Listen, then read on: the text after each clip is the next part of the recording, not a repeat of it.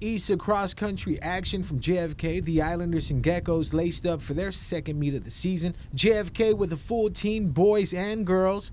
GW, on the other hand, only able to field a boys team with 3 runners. The course a little different from last time the runners competed. Islanders setting the tone from the start of the race. Freshman runners Hugh Kent and Isaac Valdez stayed in front of the pack the entire way. Coach Jay Antonio says expectations are high for his underclassmen. Antonio has a young team up front, but run with experience. One of the challenges they face are getting used to the distance. In middle school, they ran 1.5 miles in meets compared to the high school distance of 3.1 miles. Coach Antonio adds that at practice, the goal is to do well and remind them every year they have a chance and to constantly push themselves every practice. Crossing the line first overall was Hugh Kent with a time of 19:03. Teammate Isaac Valdez finished second at 19:09. Landon Titanfung came in third for JFK with a time of 21 minutes. Mark Imazu and Matthew Rivera placed fourth and fifth, respectively, for the home team. The Islanders picked up the win, scoring 15 points. GW's Andrew Alankoba crosses the line at 21:51. Last race, I kind of overpaced myself in the beginning, and then I wasn't able to properly run towards the end. So this time I tried to pace myself, and then just kind of kept at that pace, doing my best to be in front. Whenever I noticed I was slowing down, I just try to go back to that fast pace. And me and Isaac kind of pushing each other, I guess. And then just kind of like that the entire race. The start was one of the hardest parts, and also the hills over there. But I always hate going against the wind, which is how we start and finish.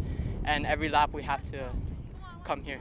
Well, I always just try to stay with the first place guy. But today, I always just try to stare at the first person in front of me, and I always just try to catch up to them. So that's like my motivation, is whoever's in front. Keeping with ESA League sports, boys volleyball from the JFK gym. The Islanders coming off a win in their season opener against the Simon Sanchez Sharks. Ukadu entered the game coming off a loss to the Teason High Titans. After both sides exchanged point for point early on, JFK took the lead 10-6 with solid play at the net from Dean Wellbacher. Jesse Martin and Nathan Balbin came up with big plays up front for Ukadu. With the set tied at 18, John Michael Medina accounted for 3 points, helping the Bulldogs jump out to a 4-point lead, 22-19. Islanders answered after a quick timeout, scoring 4 points to take back the lead, 23-22. Medina and Martin contributed to put Ukadu back ahead, 24-23. Looking to finish up the set, another timeout called by JFK. The home team got some help from their opponents. An Ukadu serving error and return hit selling out of bounds gave the Islanders the 26-25 lead. Miscommunication on defense cost the Bulldogs the set, 27-25.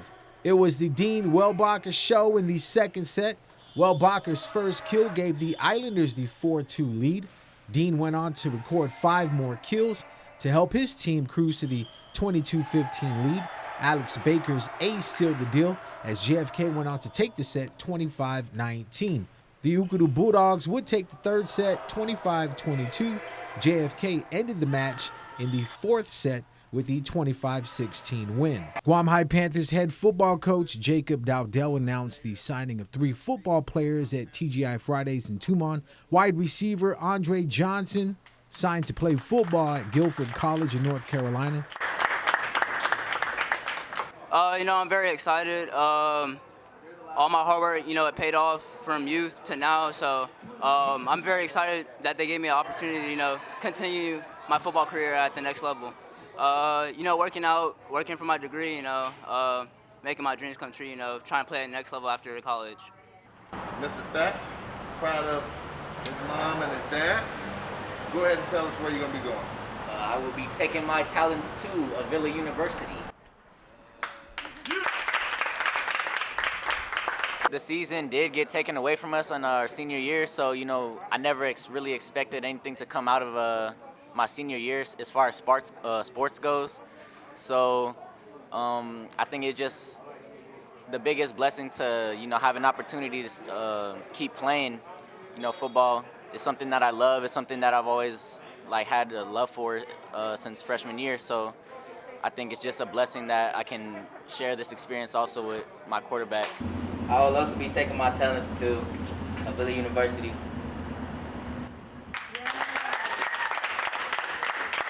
Honestly, it's the best feeling. It's the best feeling, especially for me, because I've been working at this since I was 6 years old. So obviously, getting this opportunity to finally sign and continue the goal that I want to pursue in life, it feels good. It's the best feeling in the world. Turning over to girls IIAG beach volleyball, St. John's Red, Sky Conception, and Ziana Makatanage paired up for the first time. Also stepping onto the beach court for the first time together were Guam High Blue B Division players Reese Artero and Eden French. Size played in the Panthers' favor from start to finish. Eden French took over the game at the serving line. French whipped up 6 straight aces to end the set, 21-13. Wind was also a factor, causing the Knights to misjudge the ball. Guam High started the second set with 3 aces by French and a return shot from St. John's that went out of bounds. Makatanage cut the Panthers' lead in half with an ace as the clouds started to roll in. Reese Artero went hot at the line, serving up 3 aces. Panthers go up 8-2 and led by as many as 9 points. The Knights hung around and put together a 5-point run. The closest St. John's got was within 2 points. After switching sides, still trailing 19-17, Eden French closed out the match with an ace to give the Guam High Panthers the win, 21-17. The 49th CHAMORRO Open Tennis Tournament, hosted by the Guam National Tennis Federation, is scheduled to run from March 19th through April 11th. March 19th through the 21st will be men's and women's skilled singles. Deadline to enter is March 12th. March 26th through the 28th will be for the skilled doubles event. Register before March 19th. April 9th through the 11th, junior singles for boys and girls 10 and under, 12 and under, 14, 16, and 18 and under age groups. For more info, check out gntf.org or GNTC. You can also email Tournament Director Michelle Pang, michelle@gntf.org. Simon Sanchez High School senior Tyler Daga has committed to play rugby at American International College in Springfield, Massachusetts. The Yellow Jackets men's team plays in the East Coast Rugby Conference and is a Division I program.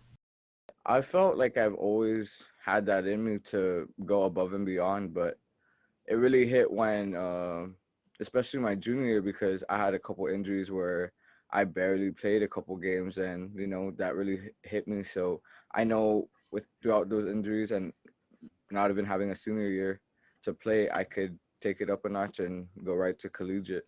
Tyler put in the work during the off season and dropped 80 pounds in preparation for his senior year. COVID hit and reality started to set in. He knew that playing rugby at the collegiate level was possible, so he started to reach out to different colleges. I was emailing like 10 to 15 a day.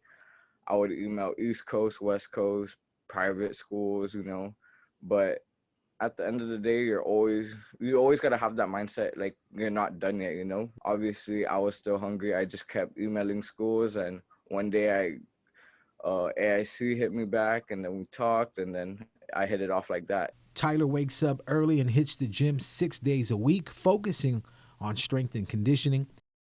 Is excited to be joining teammate Keikoa Tenorio Toves at AIC. He's like one of my best friends in high school.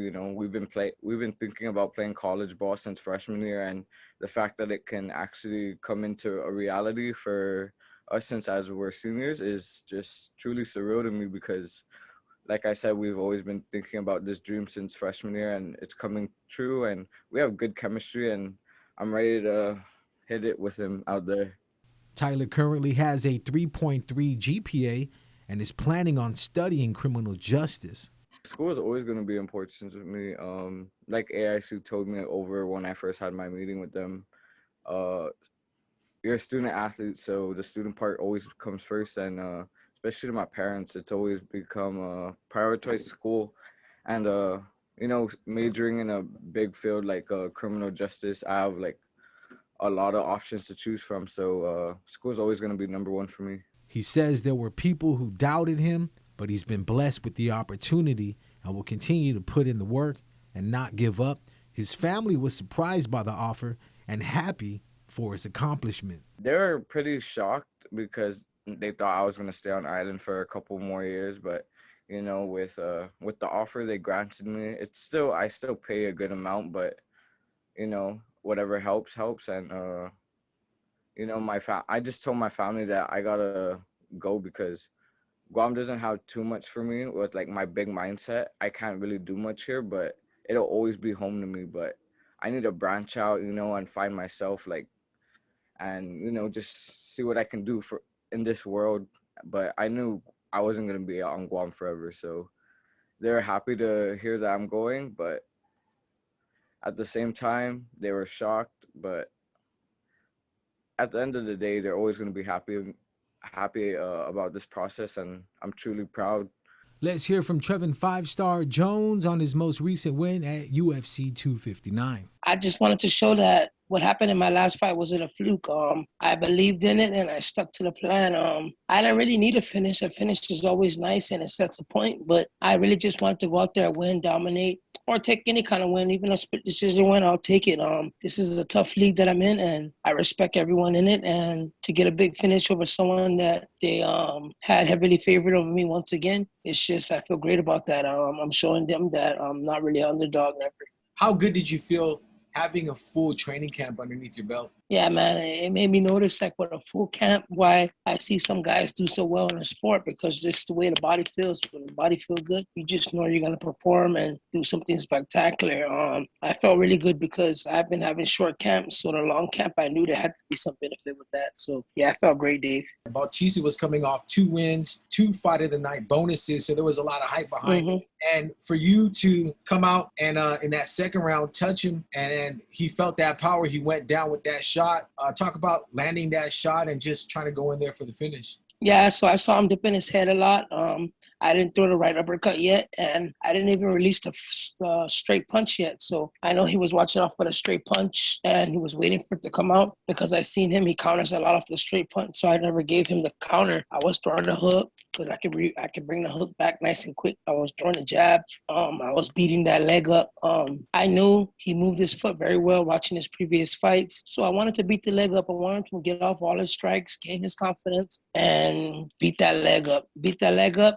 He'll end up standing in front of me. He won't be able to bounce around and move that much. And then I got the power. And then I got the shots that he didn't see yet because I hardly threw much hands. I was taking away that leg following the game plan. So by the time I faked the first straight, he bit on it so hard since he was waiting for it so long. I just knew right uppercut right there. I saw his head go out. And if you look at all my knockouts, Dave, they're all similar. They all start with a nice feint and then it comes around, whether it's the left hand and finishing with the right, whether it's the right hand finishing with the left, they're all pretty similar. I keep throwing the punches throughout the fight. The guys bite, then they get stuck with that real quick power. When I throw my second shot, it comes right behind the first shot. It doesn't really take long. It's not a full shot. The first shot, it comes right behind it. So it's really a blind shot, and all the guys that I've hit with blind shots so far, they never recovered. And yeah, when I hit him with the shot, I saw him falling slow. I saw the eyes in the back of his head. I was still nice and close in the range, so I just finished with the Donkey Kong ground and pound. I work on that a lot in my career, and I've been working on that ever since. And it's so crazy because those hammer fists are killing these guys now. Early in my career, I don't know if it's building confidence or comfortability with it, but I haven't really released that on people. But that's very effective technique